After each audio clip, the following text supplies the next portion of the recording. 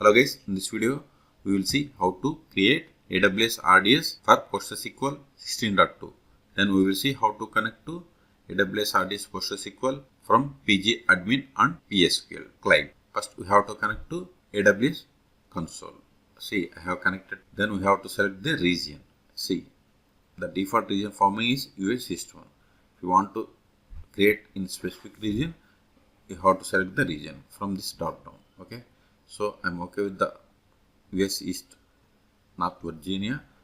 Then after that, click on services and search for RDS. Then click on the RDS service, that is relational database service. Okay, click on it. See, this is the RDS dashboard. You click on databases. See, we don't have any database. You can create RDS by clicking on this create database or go to dashboard. Then click on DB instances. See, we have 0 instances. Click on DB instances. Still we got the same console. Click on create database. If you have database in S3, you can import it by clicking on this restore from S3. Okay, so click on create database to create new AWS RDS PostgreSQL 16.2. Click on it. See here we have two types of database creation methods: standard create and easy create. See, easy create have less options, but standard has the more options. See here we have a number of options. I am going with standard create. Then engine options. See here we have the RDS for MySQL, MariaDB, PostgreSQL, Oracle, Microsoft SQL Server, IBM DB2. So okay, so click on PostgreSQL. See, this is the information about PostgreSQL. Close it. Then engine version. See, we have the versions from 11 to 16, but the latest one is PostgreSQL 16.2. Okay, so select it. Then templates. If you are using this for production, you have to select production, dev, test or pre-tier. See, for development we have these three options like availability and durability, but if you select dev test also it's there, but if you select pre-tier, this will be grayed out. See, all the options are grayed out. Okay, based on requirement you have to select it, but for demo purpose I'm going with pre-tier. Okay, but the process is same. Then settings. Type a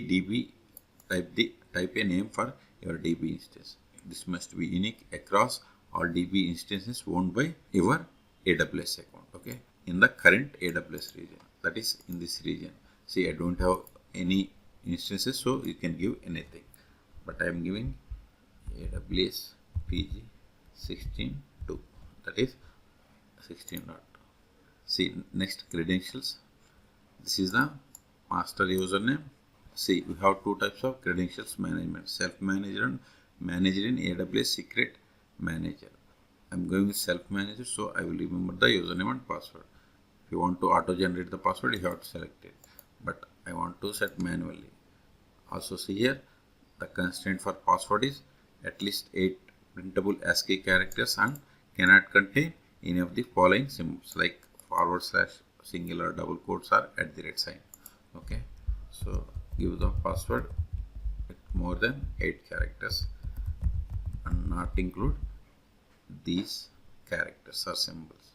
Then instance configuration. See, for pre-tier, standard class and memory optimized classes are grayed out, but if you select production or dev test, you will be able to select either of these two also. Okay, so we have the only DB3 micro and DB T4G micro, but if you select these standard or memory optimized classes, we will be able to select other options also. Okay, I'm going with the DB3.micro, that is 2 CPUs and 1 GB RAM. Then storage. We have general purpose provisioned magnetic. Okay, I'm going with general purpose SSD. Then provide the allocated storage. See, the minimum value is 20 GB and maximum is 6000 GB, that is 6 TB. Okay, I'm going with 20 GB only at this moment. Later we can increase it also. Auto scaling, I'm not going to change the default one. Connectivity. See here, compute resource. Don't connect any ECT. Okay. Network type, I'm going with IPv4. VPC, See, I don't have any VPC, so it is going to create new VPC for this one. Then DB subnet group. See, I don't have any DB subnet group, so it is going to create new DB subnet group. The important one is public access. I am going to select yes, otherwise we will be not able to connect to this PostgreSQL AWS RDS PostgreSQL instance. So select S, VPC security group, choose the existing one, that is the default one, or if you want to create new VPC security group, you have to select this one. Then availability zone, I am going with US East 1 because we are going to create the instance in US East 1. So we have only US East 1 availability zones. RDS proxy, I am not going to create a certificate of that also, default one, select the default one. Then additional configuration, this is the default port number, that's fine. Tags I am not going to create. Password authentication, or password and IAM authentication and Kiribos authentication. Remaining additional configuration, if you want to create the initial database, you can create here. But this can be created once we connect it to the PostgreSQL also. That I will show you how to create the database. Enable automatic backups. Okay. I'm not going to change any one of these settings. If you are okay with all these settings, then you have to click on create. You must select connectivity public access to S. Okay. Click on create database. See, it is creating the database. Close this one. See here, this is the DBA identifier or the instance name, and engine is PostgreSQL. This is the region and this is the size. If you click on this DBA identifier, you will get more information. Click on it. If you want to see the credentials, you have to click on view credentials. Okay. See, status is still creating. Wait until it is available or status to be running. Click on refresh. Endpoint not yet populated. Port number also not yet populated. Wait until this information has to be populated. Click on refresh. See, successfully created database. Even it has populated the endpoint and port number. And this is the availability zone. This is the VPC ID and this is the VPC security groups. See, status has been changed to backup. No need to wait to complete.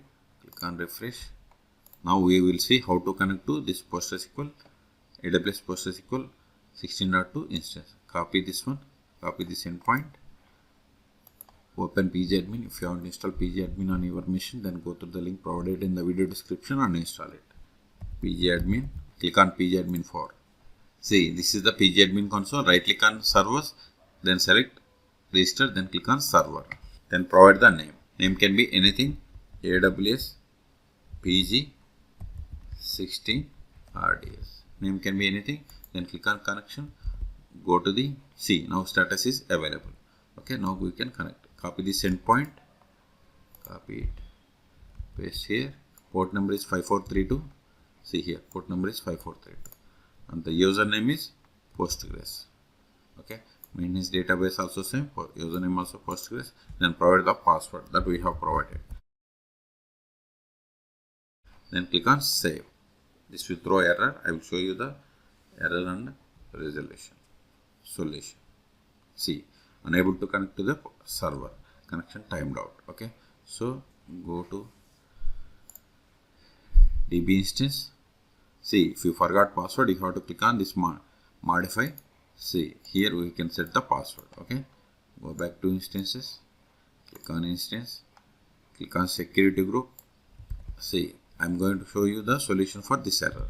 Even if you try to connect this host, this AWS RDS from command prompt or from PSQL client, cmd PSQL -h, then -u Postgres -d database name, that is Postgres. Hit enter. You can install the PSQL client by downloading the PSQL.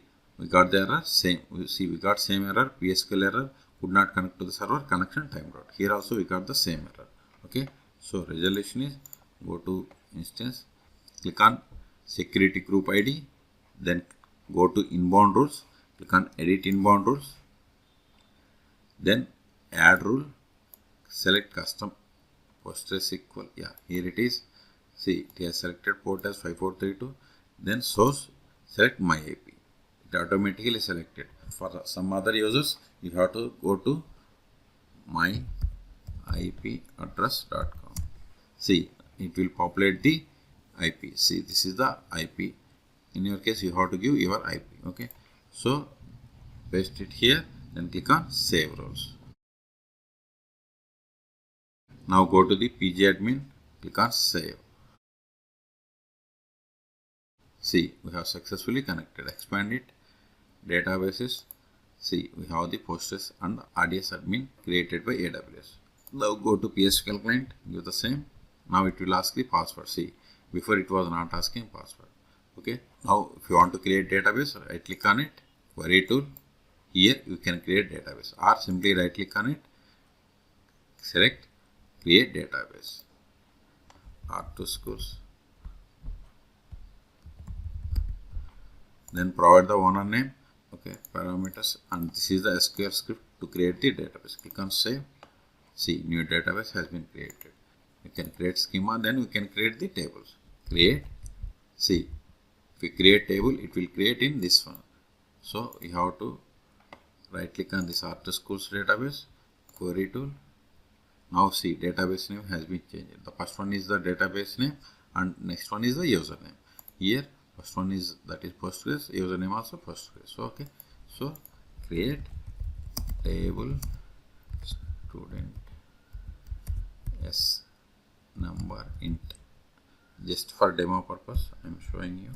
Select it, execute it, go to public schema because I have only one schema. Expand tables. See, we have the table that is student. Okay, go to RDS again, click on DB instances, click on DB identifier. See, here we have the, suppose if you want to stop this DB instance, you have to click on stop temporarily. If you want to reboot, you have to reboot. If you don't want to use anymore, then you have to click on delete. Charges are based on the AWS services usage. So if you are not using, you have to click on stop. If you are not using permanently, you have to click on delete. Okay, if you delete, it will ask this permission. If you want to create the final snapshot, you have to keep these both checkboxes as it is. Otherwise, check it and click on delete me.